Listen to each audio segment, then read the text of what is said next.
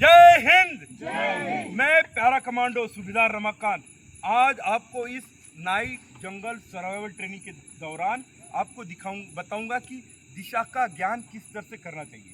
दिशा का ज्ञान, अभी आप सोचोगे कि दिशा का ज्ञान हमें क्या जरूरत पड़ी है, तो जो लोग ताज में थे उनको भी कभी इस तरह से ये नहीं पता था कि उनके ऊपर कभी ऐसा समय आएगा कि उनको पुलिस वाले बताएंगे खाली भाई।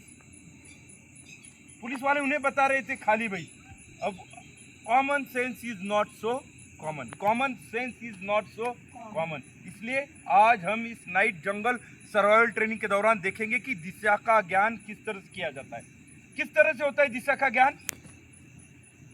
अगर सुबह का समय है तो सूरज अगर सुबह का समय है, सूरज निकल रहा होगा तो वो दिशा कौन सी होगी? हाँ, ईस्ट। सूरज निकल रहा होगा, दिशा कौन सी होगी? ईस्ट। उसके पीछे west, then north and south. Very good. एक दिशा पता लगती है आपको, दूसरे दिशा के बारे में ज्ञान होते जाएगा।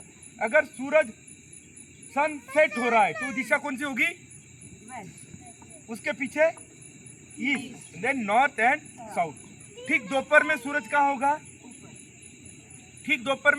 होगा? ऊपर ही होता है। लेकिन जब हम नॉर्दर्न हेमिस्फीयर से सूरज को देखते हैं तो वो हमें हल्का सा सदर्न हेमिस्फीयर में दिखाई देता है। मतलब अगर हम नॉर्दर्न हेमिस्फीयर से देख रहे हैं तो वो हमें हल्का सा वहां पर दिखाई देगा, तिरछा। तो वो ये दिशा कौन सी हो जाएगी? South, then north, east and west. सूरज पूरब से निकलता है और पश्चिम में अस्त हो जाता है। चंद्रमा कहां से निकलता है? लाउडली, कहां से निकलता है? कहां से निकलता है? वेस्ट। अच्छा, ये क्यों होता है? Because of earth rotation. क्यों होता है? Because of earth rotation. Commandos, दिन के समय में पृथ्वी इस डायरेक्शन में घूम रही है। रात होते ही आपको झटका लगता है कि उल्टा घूमने का लगता है? नहीं। तो जब सूरज पूरब से निकल रहा है और पश्चिम में अस्त हो रहा है तो चंद्रमा भी पूरब से ही निकलता है। चंद्रमा कहां से निकलता है? पूरब से ही। अगर आप हेल नाइट में नहीं आते तो आपका चंद्रमा कहां से निकल रहा था? वेस्ट से। उसको रीसेट मारो और कल से कॉन्फिडेंटली बोलना है कि चंद्रमा भी पूरब से ही निकलता है। बस उसका डेली निकलने का समय लगभग 1 घंटा, एक्यूरेट 52 मिनट लेट निकलता है। और वही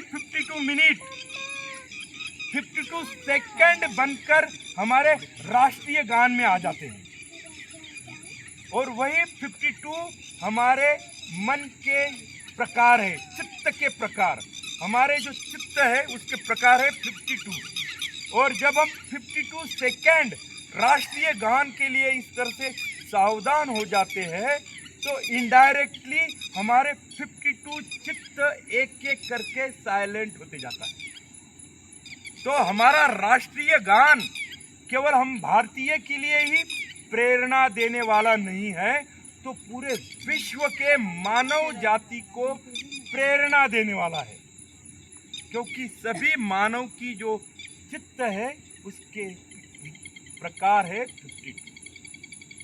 तो इस तरह से हमारा देश पूरी मानव जाति को प्रेरणा देता है और शायद इसलिए भी हमारे देश को विश्व गुरु बोला जाता है।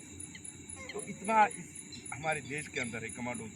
आज आपको इस जंगल सर्वाइवल ट्रेनिंग के अंदर बहुत सी अलग अलग चीजें सुनने को मिलेगी। सबसे पहले आपको यह पता लगते जाएगा कि common sense is not so common. अगर वहां से एक स्नेक्स आ रहा है